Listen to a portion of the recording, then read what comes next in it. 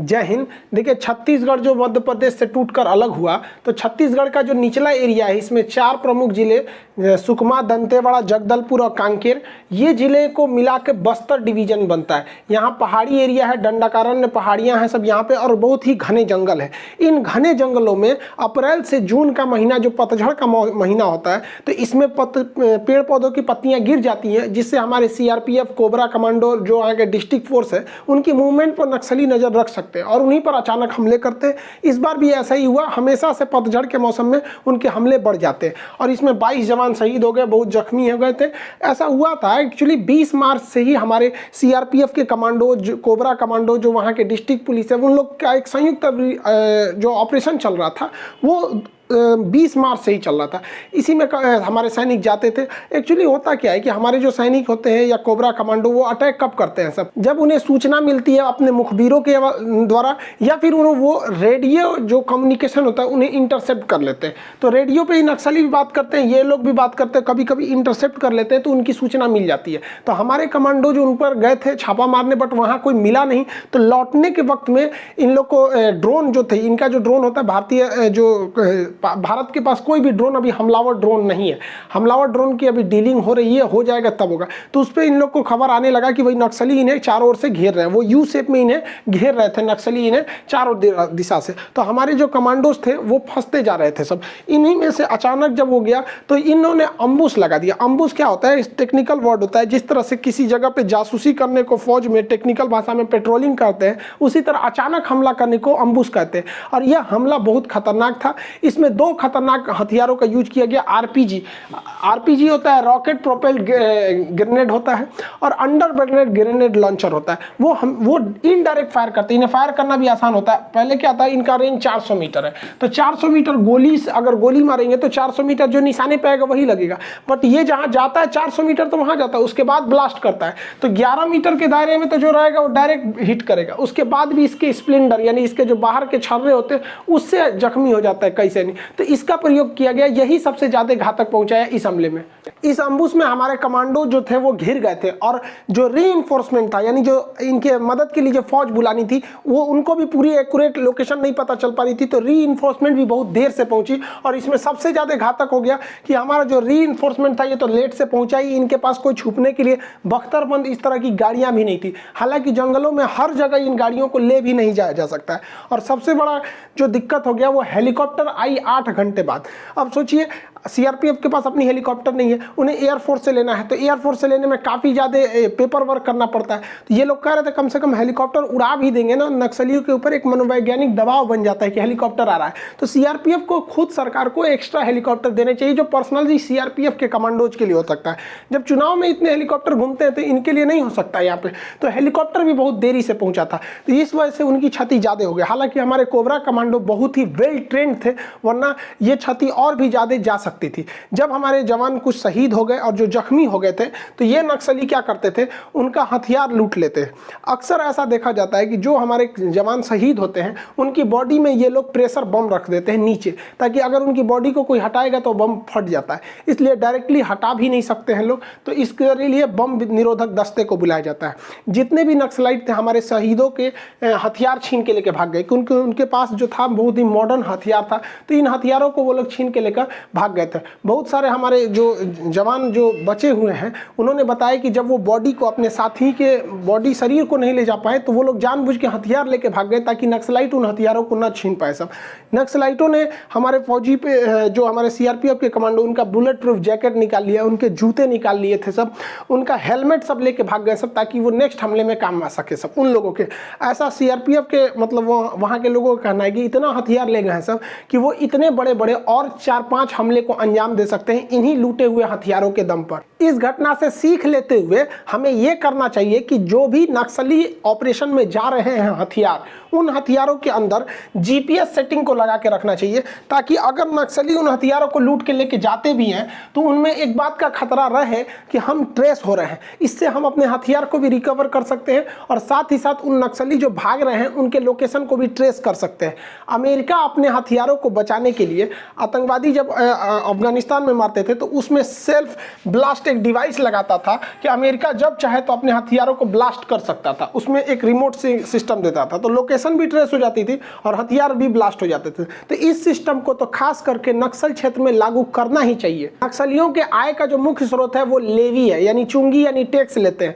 वहां कोई भी फैक्ट्री रहेगी, कोई भी कंस्ट्रक्शन का काम होगा तो उसका 10% वो लोग टैक्स लेते ही लेते हैं, वरना वो आग उग लगा देते हैं, यहाँ जाके जेसीबी जला देंगे सब। वहाँ जितने टेम्पो स्टैंड है या जो भी गाड़ियाँ जाती हैं उस रूट से वो लोग बाकायदा बांस लगा देते हैं, टोल टैक्स वसूलते हैं 10%। यहाँ सवारी के हिसाब से अलग अलग उनका रेट होता है। और उनके पास जो मुख्य हथियार होते हैं वो तो देसी हथियार होते हैं, इनके ज़्यादा रेंज नहीं होते, लेकिन वो हमारे ही सैनिकों के हथियार को लूट के लेके गए रहते हैं, जो उनका मुख्य हथियार बन जाता है, जिसमें यूबीजीएल जो अंडर बैरेट ग्रेनेड लॉन्चर है या फिर AK-47 या इंसास राइफल है, ये जो घातक हथियार है वो हमारे ही कमांडोज के हैं सब। तो इससे सरकार को भी थोड़ा सा सजग रहने की जरूरत है। नक्सली जंगल में टेंट लगा के सोते हैं, उनका कोई फिक्स ठिकाना नहीं होता, वो किसी एक जगह पे 1 से 2 दिन ही रुकते हैं सब।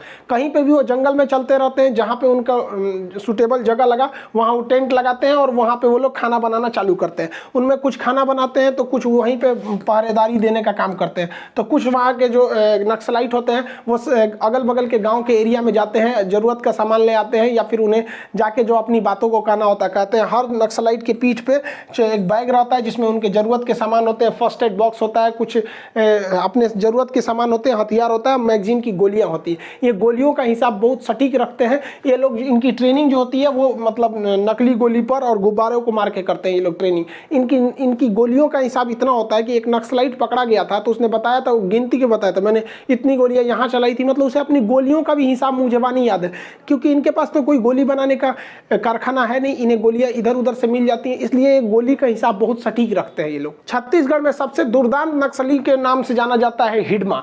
हिडमा जो है वो यहाँ का बहुत ही खतरनाक है। उसने People's Liberation Guerrilla Army, guerrilla उसे कहते हैं जो छापामार लड़ाई करते हैं, मतलब जंगल में छुप गए, अचानक निकले, 10-15 को मारे फिर भाग गए, मतलब इनका कोई फिक्स टारगेट नहीं रहता है, मतलब जैसे मौका मिला उस तरह से ये लोग हमला करते हैं। इसका बटालियन 1 का ये हिडमा कमांडर कहा जाता है। इसके ऊपर सरकार ने 40 लाख रुपए का इनाम रखा। ये 90 के दशक में नक्सली आंदोलन में शामिल हुआ था। यह इतना खतरनाक है कि इसके 4 किलोमीटर के दायरे में नक्सली इसकी सुरक्षा घेरा लगा के रखते हैं। जहां ये रहता है उसके 2 किलोमीटर एक नक्सलियों का घेरा रहता है जो आम नागरिक के भेष में रहते हैं। उसके अंदर 2 किलोमीटर के अंदर में हथियार बंद रहते हैं, फिर 600 मीटर के अंदर में रहते हैं। और जहां ये रहता है हिडमा, वहां पे इसकी सुरक्षा इतनी जबरदस्त है कि पिछले 15 साल से हिडमा का कोई नया फोटो नहीं है। नक्सलाइट ये इतना खतरनाक है कि हमारे सुरक्षा बल इसे पहचानते तक नहीं है। कहीं भी देखेंगे तो इसका यही पुराना वाला फोटो आता है यहाँ पर। इतनी इसकी सिक्योरिटी टाइट रखी गई है। यही जिम्मेदार है, चाहे वो 13 का हमला हो, 17, 19, 20, 21, हमेशा वहाँ पे ये लगातार हमला करते रह रहा है हिडमा। और इसने जो एक हमारे जो सिपाही जो कमांडो कोबरा थे उन्हें गिरफ्तार किया था तो उन्होंने इसको रिहा किया गया। हालांकि जो मीडिया में खबर है कि रिहा करने के बदले उसने शर्त रखा है कि ये अपने परिवार के साथ जाएंगे और एक फ़ोटो इन्हें भेजेंगे। लेकिन वहाँ के स्थानीय लोगों का कहना है कि ये जो रिहाई किया गया है इसके बदले में उसने कुंजन सिक्का नामक एक नक्सली की रिहाई के बदले में इन्हें रिहा किया। ये वहाँ के लोकल लोगों का कहना है, क्योंकि यहाँ पर बहुत सारे लोकल वगैरह जो है उनसे हमारी 1-2 लोगों से बात हुई तो उन लोगों ने ऐसा बताया था। हालांकि जो सरकार की ओर से मध्यस्थता किया था, मतलब नक्सलाइट और सरकार के बीच में जो मध्यस्थता करने का काम किया था वह धर्मपाल सैनी ने किया था। ये विनोबा भावे के शिष्य हैं, इन्हें बस्तर का गांधी भी कहा जाता है। इन्होंने ही मध्यस्थता किया था और नक्सलाइटों ने जनता अदालत लगाई थी, वहाँ हजारों लोग गाँव वालों की उपस्थिति में इनको रिहा किया गया था। नक्सलियों ने वहाँ के लोकल पत्रकारों को धमकी दिया था कि जब तक हम इन्हें यहाँ लाएंगे नहीं तब तक कोई फोटो नहीं खींच सकता है। इसलिए किसी भी न्यूज़ चैनल पर देखेंगे तो आपको एक ही फोटो दिखाया जाएगा कि जब इन्हें वो रस्सियों से खोल रहे हैं। ये नहीं दिखाया जाएगा कि कहाँ से लेके आए और फिर इन्हें छोड़ने के बाद कहाँ चले गए। नक्सली एक एक पत्रकार के बहुत गहन नज़र रख रहे थे। नक्सलियों की सबसे बड़ी ताकत होती है ग्रामीणों का सपोर्ट और उनकी खुफिया जानकारी। इनके पास खुफिया जानकारी बहुत ज़्यादा रहती है। ये जो होते हैं ग्रामीणों से बहुत ज़्यादा अटैच में रहते हैं। नक्सलियों की पृष्ठभूमि को देखते हैं आखिर ये नक्सल शुरू कब हुआ। 60 के दशक में भारत में किसानों की दुर्दशा बहुत ही दयनीय हो गई थी।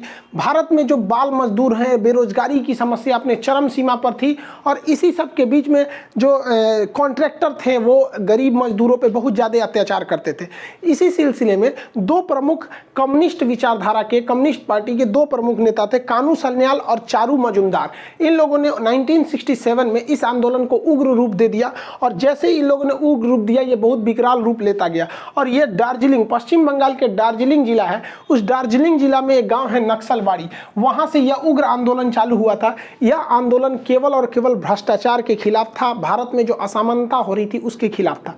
वर्तमान में नक्सल आंदोलन जो है यह कम्युनिस्ट का ही एक रोल है, यह अपने खुद के रास्ते से भटक गया है। लेकिन इसकी एक ही है कि भैया ये सरकार के साथ ये कहते हैं कि समानता का भाव रखें। भारत में असमानता किस तरह है आप बस इस बात से अंदाजा लगाइए कि भारत में एक और तो इतने अमीर लोग हैं कि टोटल भारत का 73% पैसा केवल 1% लोगों के पास है। यानी भारत के केवल 1% ऐसी आबादी है जो कुल पैसे का 73% उन्हीं के पास रहती है। उनके पास हर सुख सुविधाएं हैं, ये भारत का ही सीन है। उनको छुट्टियां मनाने के लिए है, एक से एक रेस्टोरेंट है, पैसा है, बहुत है। लेकिन यही वो भारत है जहां एक तरफ इतनी भयानक गरीबी है जिसका कोई हद नहीं। इसी के खिलाफ लड़ाई है नक्सल की लड़ाई, और ये लड़ाई बहुत आगे चली गई और किसानों को अपने फेवर में ले लेते हैं। अब किसानों की भारत में सुनने वाला है कौन? महाराष्ट्र के नागपुर से हजारों किसान जो थे वो दिल्ली की यात्रा के लिए कूच कर गए। लेकिन हमारे न्यूज चैनल पे बैठे बिस्कन्याओं को तो ये समझ में आया नहीं, ये कोई मीडिया नहीं बना। लेकिन वही कोई बॉलीवुड की सेलिब्रिटी कुछ बोल देगा तो उसको बहुत ज़्यादा दिया जाएगा तवज्जो। आप देखेंगे यही हाल हो गया दिल्ली बॉर्डर पे, जो सिंघू बॉर्डर, गाजीपुर बॉर्डर, यहाँ जो किसानों का था वो अजीब सिचुएशन में रह गया है। मतलब अब उसे कोई कवरेज ही नहीं दे रहा है, ना ही कोई उसे सीरियस ले रहा है। ये एक समस्या है यहाँ पर। अब नक्सलाइटों को ऐसी ही चीज़ों में एक बहाना मिल जाता है कि देखो भैया सरकार तो तुम्हारा कोई सुन नहीं रहा है, इससे अच्छा तुम हमारे जनता दिन अदालत में आ जाओ, यानी जनता की अदालत में। तो नक्सलाइट लोगों को समझाने में मतलब कामयाब हो जाते हैं ऐसी घटनाओं को देखते हुए। तो ये नक्सलाइटों को जनता के बीच में पकड़ बनाने का एक मौका दे देती है।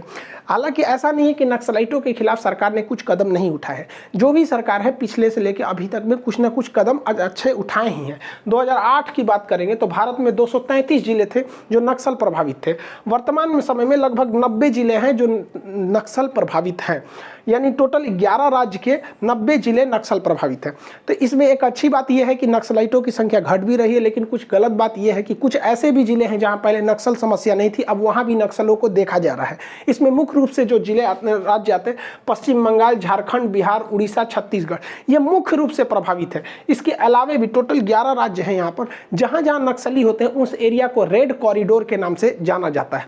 तो ये अब एक अर्बन नक्सल शब्द आया है। वो अर्बन नक्सल का मतलब होता है वैचारिक रूप से, जैसे ये यहाँ पे तो हथियार रूप से ये लोग लड़ाई करने लगते हैं, तो वहाँ वैचारिक एक इन लोग को सपोर्ट मिल जाता है कि सहानुभूति के तौर पे कि मतलब गवर्नमेंट अगर गरीबी नहीं दूर करेगी तो ये भी एक तरह से कहिएगा कि अगर असमानता नहीं रहेगी तो ये बस्तर वगैरह वाले एरिया में बहुत ज़्यादा असमानता है। अब ये नक्सल समस्या कितना खतरनाक है, जब मनमोहन सिंह प्रधानमंत्री थे तो उन्होंने कहा था कि देश के लिए सबसे बड़ी चुनौती नक्सल समस्या है। आप एक आंकड़े को देखिए, हम 10 साल का आंकड़ा लिए हैं 2009 से लेकर 2019 तक। ये 10 साल में 2009 से 2014 तक मनमोहन सिंह प्रधानमंत्री थे और 14 से लेकर 19 तक मोदी जी थे, लेकिन दोनों के एक एक कार्यकाल को हमने इसमें शामिल किया है। इन 10 सालों में जो नागरिकों की मौत हुई है वो नक्सली हमले में 2191 नागरिकों की मौत हुई है नक्सली हमले में, जबकि कश्मीर में जो आतंकवादियों से हमला हुआ है वो केवल उसमें 384 नागरिकों की जान गई है। यानी नागरिकों की जान लेने में नक्सली ही ज़्यादा खतरनाक है। अब हम बात करते हैं हमारी जो सुरक्षा में लगे हुए जवान हैं वो कितने शहीद हुए हैं। नक्सली हमले में अब तक 1342 जवान शहीद हुए हैं, ये इतना बड़ा आंकड़ा है। जबकि जम्मू कश्मीर में इन 10 सालों में 2009 से 2019 के बीच में इन 10 सालों में 675 जवान शहीद हुए हैं। यानी यहाँ से देखेंगे तो दोगुना नक्सलियों के मुठभेड़ में हमारे जवान शहीद हो रहे हैं। बात करते हैं हमलों की, तो नक्सलियों ने इन 10 सालों के बीच में 2045 हमले किए हैं, जबकि जम्मू कश्मीर में जबकि उसको पाकिस्तान का खुलेआम समर्थन है वहाँ 1850 है। अगर आप देखेंगे तो नक्सली जिसे आप इग्नोर कर रहे हैं किसी भी तौर पे अगर देखेंगे तो हमारे यहाँ पे टॉप प्रायोरिटी लिस्ट में भी नक्सली समस्या नहीं है। अगर हमले ना हो नक्सली के इतने बड़े बड़े तो लोग भूल जाएंगे भारत में नक्सली समस्या भी है, जबकि आप रियलिटी देखिए जम्मू कश्मीर से ज़्यादा खतरनाक यहाँ पर हो रहा है। लेकिन इसे मीडिया उतना तवज्जो नहीं देती है जो उनको और आगे बढ़ने के लिए हौसले दे देते हैं।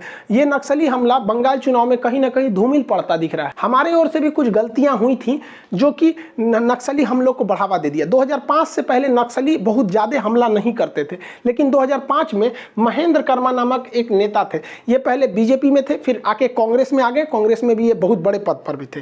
तो ये 2005 में इन्होंने एक आंदोलन चालू किया, सलवा जुडूम। सलवा जुडूम के तहत इन्होंने ग्रामीणों को हथियार दे दिया। 15-16 साल लड़के, 18-18 साल के लड़कों को इन्होंने हथियार थमा दिया और जहां नक्सलाइट मिले वहां मार दो।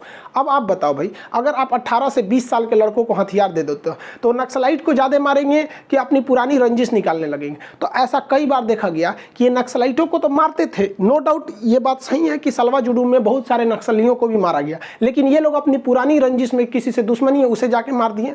रिपोर्टेड है ये मामला कि बहुत जगह पे ऐसी रेप की भी घटनाएं थी। हम अपने पास से नहीं बोल रहे, ये आपको देखेंगे छत्तीसगढ़ के खुद डॉक्यूमेंट्री में निकालेंगे तो आपको पता चलेगा। ये मामला उठ के चला गया सुप्रीम कोर्ट में। सुप्रीम कोर्ट ने सलवा जुडूम को बैन कर दिया, बंद कर दिया। हालांकि सलवा जुडूम में जो थे उन्हें 3000 रुपये महीना सैलरी भी दिया जाता था। बाद में नक्सली हमला 2013 में इतना भीषण हुआ कि उसमें महेंद्र कर्मा की मौत हो गई, जो सलवा जुडूम के थे। और इसी सलवा जुडूम के बाद नक्सलियों का जो एक तरह से अंबार लग गया, उन्होंने भी तबातोड़ हमला चालू कर दिया यहाँ पर। नक्सलियों ने भी यहाँ पर, तो एक ये भी थी। इसके अलावा भी अगर आप देखते हैं तो नक्सलियों की मुख्य हमला करने की जिम्मेदारी क्या है कि जो सरकारी योजनाएं आती हैं, आपको भी पता है कि भैया सरकारी योजना ऐसी आती है ऊपरे ऊपरे खत्म हो जाता है। हमारे यहाँ एक तो सड़क है, हम आरटीआई करके निकाले कि सड़क का पोजीशन क्यों है, तो पता चला उसमें हाईवे लिखा हुआ था।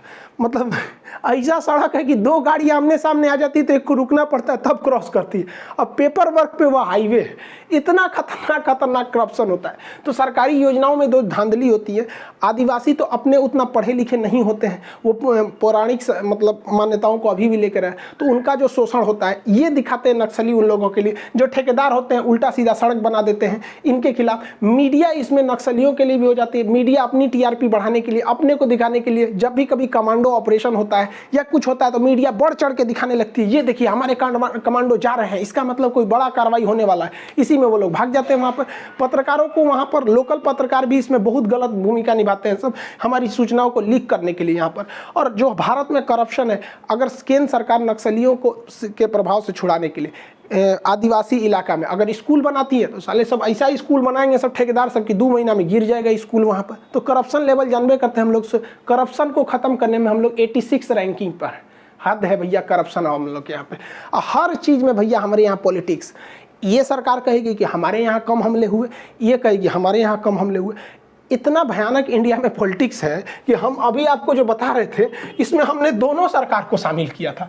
5 साल मनमोहन सिंह का भी, 5 साल मोदी जी का भी, क्योंकि फिर हमरा खींचने लगेगा सब वहाँ पे। तो ये हो गया इंडिया में पॉलिटिक्स। मतलब आप कुछ भी कीजिएगा ना तो आपको कहीं ना कहीं से ले जाके आपको पॉलिटिक्स में जोड़ देगा सब। वो कहेगा कि हमारी सरकार में, भैया तो जो सेना की है या जो सीआरपीएफ की है उनको श्रेय जाना चाहिए मुख्य रूप से। अब जो नक्सली हैं, बहुत से लोग नक्सली में चले जाते हैं तो उसको छोड़कर, वो नक्सली को छोड़कर अपने हथियार को ले आके सरेंडर करते हैं। तो सरकार तो वादे बहुत बड़े बड़े कर देती है कि हम आपको पुनर्विकास के लिए घर देंगे, आपको नौकरी देंगे, आप हथियार जमा करके मुख्य धारा में मिलिए। तो लोग मिल भी जाते हैं, लेकिन ये सारी चीज़ें पेपर पे ही रह जाती है। ऑन रिकॉर्डेड है कि केवल 30% लोगों को पुनर्वास मिला है। अभी भी 70% जो नक्सलाइट छोड़कर आए हैं, अब बेचारों को उनके लिए दिक्कत ये है, सरकार उनका सुन नहीं रही है और अब नक्सलाइट उनको खोज रहे हैं कि तू भाग के गया है, मार डालेंगे तुमको यहाँ पर। तो ये एक समस्या है। आप इनको तो छोड़िए भाई साहब, पुलवामा में जो शहीद हुए हैं लोग ना, उनके बहुत सारे ऐसे लोग आपको मिल जाएंगे न्यूज़ पे कि उनको कुछ नहीं मिल पाया। जो वहाँ शहीद हो रहे हैं उनको मिल ही नहीं रहा है। तो ये नक्सल छोड़ के आए, इनको कौन उतना ध्यान से देता है यहाँ पर। इसके बाद भी क्या होता है कि जो नक्सली छोड़ कर आते हैं, बहुत बार जो वहाँ डिस्ट्रिक्ट गार्ड पुलिस है वो क्या करती है, उन्हीं नक्सलिटों को फिर से हथियार देकर पुलिस में शामिल कर देती है और अग्रिम पीढ़ी में उसको रख देते हैं सब। अब वो सोचते हैं कि भाई हम वो बलि का बकरा बना रहे हैं। तो कई बार ऐसा भी हुआ है, ये रियल घटना है कि नक्सली छोड़कर मुख्य धारा में आए थे, लेकिन यहाँ उतनी सुविधाएं जो सरकार ने कहा था नहीं मिल पाया, तो फिर लड़ाई पे भी गए। अब पुलिस के साथ लड़ रहे थे और बीच में जाके वो नक्सलियों से मिल गए, तो ये बहुत घातक हो गया। तो हमारे सामने इन नक्सली जो समर्पण कर रहे हैं ना, उनके प्रति हमारे लिए सांप छछूंदर का स्थिति है। हम 100% बिलीव करें तो कैसे करें? आप खुद सोच सकते हैं 100% हम आंख बंद करके बिलीव उन पर कर नहीं सकते। हालांकि नक्सलियों की समस्या को समाधान करने के लिए सरकार ने बहुत बड़े बड़े कदम उठाए। राजनाथ सिंह ने समाधान योजनाओं को चालू किया। ये समाधान योजना 8 सूत्री कार्यक्रम है, जिसके तहत वहां पर स्मार्ट लीडरशिप को देना है, एग्रेसिव स्ट्रेटजी अपनानी है, ट्रेनिंग देना है, सर्विलांस को रखना है, ये सारी चीज़ों को करना है। इसी के तहत वहाँ पे अच्छी सड़कें बनाई जा रही हैं, कनेक्टिविटी के लिए पुल बनाया जा रहा है। अब नक्सली क्या करते हैं, इन्हें तोड़ देते हैं, तो जनता का मतलब जो लगाव है नक्सलियों के प्रति वो भी टूट रहा है कि भैया ये सड़क तो हमारे लिए, पुल तो हमारे लिए। वहाँ पे ट्रांसमिशन लाइन, बिजली की सुविधा, मोबाइल टावर ज़्यादा से ज़्यादा उपलब्ध कराया जा रहा है ताकि वो लोग मुख्य धारा में मिल सके और नक्सलियों से दूरी बनाए सके। यहाँ पर सरकार ने भी वहाँ पर स्कूल खोले हैं, हॉस्पिटल खोले हैं। अब नक्सलाइट कहते हैं वहाँ मत जाओ, सरकार को भी करना चाहिए। जिस तरह से एक मतलब हम लोगों ने वैक्सीन लगाने के लिए एक उम्र की श्रेणी बनाई है ना कि 45 से 60 वालों को, 60 से ऊपर वालों को, जितने विदेशों में हमने वैक्सीन मतलब निर्यात किया है वहाँ पे, अगर उससे कुछ ही वैक्सीन की मात्रा में हम लोग आदिवासियों को वैक्सीनेशन कर सकते हैं, इससे कि हम उनका दिल जीत सकते हैं कि देखो भैया भारत में एक ऐसी भी स्कीम है कि नहीं आदिवासियों को भी वैक्सीन लगेगी। तो इससे क्या है कि उनका एफेक्शन तोड़ना है, नक्सलियों के प्रति उनका जो स्नेह है उसे तोड़ना है कि नहीं सरकार हमारा भी ख्याल रख रही है। नक्सलाइटों को तो वैक्सीन उनके पास कहाँ से आएगा, तो सरकार इन्हें भी दे सकती है। हालांकि हमारा संविधान जिस हिसाब से लिख कर गया है इसमें नक्सली समस्या कभी उभरने ही नहीं देता। संविधान के कॉन्स्टिट्यूशन का जो 5वीं अनुसूची है, 5वीं अनुसूची में SC ST यानी जनजातियों के लिए कहा गया है कि एक अलग से ट्राइबल एडवाइजरी कमेटी बनाई जाएगी। यह कमेटी पंचायती राज की तरह ही लागू होगा, लेकिन वो अपने क्षेत्र की स्थितियों के हिसाब से नियम कानून बना सकता है। अब आदिवासियों का रहन सहन, पहनावा वो अलग होता है, उन्हें आप भारत की मुख्य भूमि से या मुख्य कल्चर से जोड़ के देखेंगे तो उतना सुटेबल नहीं हो पाएगा, इसलिए आप उसका पूरी तरह से सुटेबल समाधान भी नहीं कर सकते। तो भारत सरकार को भी इमीडिएटली सख्ती से अनुसूची 5 को लागू करना चाहिए जिससे कि ये समस्या का त्वरित समाधान हो सके। लेकिन बैकडोर से सख्ती भी जरूरी है। हमारे CRPF के लिए भी स्पेशली हेलीकॉप्टर्स होने चाहिए ताकि वो वहां से अटैक कर सके जंगल में। हालांकि हर जगह हेलीकॉप्टर सक्सेस नहीं होंगे, जहां घने जंगल है वहां नहीं होंगे, लेकिन हाँ मनोवैज्ञानिक दबाव वहां पे जरूर बनेगा। उनके मूवमेंट पे हम नजर रख सकते हैं, बहुत लंबी दूर पे नहीं भाग सकते वहां पर। और हेलीकॉप्टर्स में जो गन लगे होते हैं इनका रेंज ज्यादा होता है, ये काफी हाइट पे उड़ते हैं, यानी ये एक जगह खड़े भी रहेंगे तो नक्सली उन्हें मार नहीं सकते क्योंकि नक्सलियों का रेंज 400 मीटर होता है। हेलीकॉप्टर को 1000 मीटर के ऊपर रख दीजिए तो ये मार ही नहीं सकते उनको। स्टिंगर या ईगला मिसाइल से मारेंगे तो फिर सेना आ जाएगी वहां पर, तो ये अपने पैर पे कुल्हाड़ी मार देंगे। वर्तमान में हमारे पास कोई भी हमलावर ड्रोन नहीं है, हमारे पास केवल सर्विलांस ड्रोन है, जो सबसे बड़ा हमारे लिए कमी की बात है। हमें नक्सली ऑपरेशन के लिए ड्रोन की जरूरत है। तालिबान आतंकवादियों को अमेरिका ने बिना जमीन पर उतरे ड्रोन से ही मार के खत्म किया था, तो ये ड्रोन का यूज हमें ज्यादा से ज्यादा करना। बख्तरबंद गाड़ियां, हालांकि बख्तरबंद गाड़ियां हैं हमारे पास लेकिन पर्याप्त संख्या में नहीं है। आप देखिए अगर हमारे पुलवामा में जो सैनिक जा रहे थे अगर वो बख्तरबंद गाड़ी में जाते तो उतना बड़ा ब्लास्ट नहीं होता, लेकिन ये गाड़ियों की भी अपनी सीमा है, जंगल के अंदर ये नहीं घुस सकते हैं वहाँ पर। और इसके और यहाँ पर और रही बात पारा SF कमांडो या जो स्पेशल फोर्सेज है, तो इसके लिए अब कोबरा के साथ साथ स्पेशल कमांडोज को भी लाना चाहिए जो पूरी तरह से वेल ट्रेंड है ऐसे ऑपरेशन को करने के लिए। और अभी जो टेक्नोलॉजी देखिए नक्सलाइट जो है सब वो प्रकृति नेचर का फ़ायदा उठा के छुप रहे हैं, तो उन्हें ढूंढने के लिए हमें टेक्नोलॉजी का फ़ायदा उठाना पड़ेगा। हमारे पास रडार है, हमारे पास थर्मल इमेजिंग कैमरा है, वो कितना भी छुप जाएंगे ना थर्मल इमेजिंग कैमरा उन्हें पकड़ लेगा क्योंकि वो हीट को पकड़ता है, टेम्परेचर को, टेम्परेचर में आराम से पकड़े जाएंगे। वहाँ आप मोशन डिटेक्टिव चिप लगा सकते हैं कि वहाँ कहीं भी हलचल होगा तो बता देगा कि यहाँ पे हलचल हो रहा है इस टाइप का। तो टेक्नोलॉजी का हम जितना ज़्यादा प्रयोग करेंगे नक्सलियों पर हम भारी पड़ेंगे, क्योंकि नक्सली इस तरह के जंगल में घुस जाते हैं। यहाँ आप अगर उनको पैदल पैदल खोजेंगे पता चला कोई एक तो पेड़ पर बैठा है, कोई इधर है कि इधर है, बहुत सारा दिक्कत हो जाएगा। तो हमें क्या है कि अलग अलग जगह पे कहीं कैमरेज वगैरह टेक्नोलॉजी वाली चीज़ों का यूज करेंगे तो ही हम उनसे जीत सकते हैं। वरना हालांकि नक्सलियों को भी देखिए वो जब भी हमला करेंगे तो अप्रैल से जून के महीने में पतझड़ के समय, ताकि उनको भी हमारी सैनिकों के मूवमेंट नहीं दिख पाते हैं सब। और अभी के वक्त में तो जासूसी बहुत ज़्यादा जरूरी है, नक्सलियों की इंटेलिजेंस का होना जरूरी है।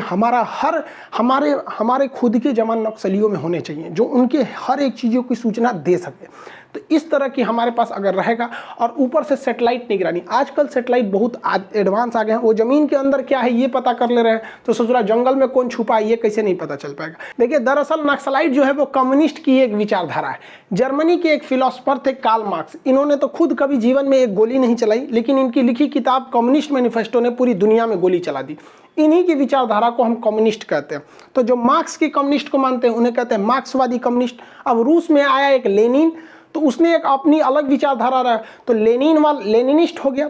उसी में आया स्टालिन रूस में, तो उसकी कम्युनिस्ट की विचारधारा अलग थी, तो वो एक स्टालिन हो गया। चाइना में आया माओ, तो माओ की कम्युनिस्ट धारा अलग थी, तो उसे माओइस्ट कहा गया। और इन्हीं माओ की विचारधारा से प्रेरित है नक्सलाइट। तो कम्युनिस्ट जब समझेंगे तो कम्युनिस्ट में भी हम अब समझ जाएंगे कि मार्क्सवादी क्या था, कम्युनिस्ट पार्टी मार्क्सवादी, लेनिनिस्ट, नेपाल में अभी लेनिनिस्ट है, स्टालिन क्या था, माओ क्या था, नक्सल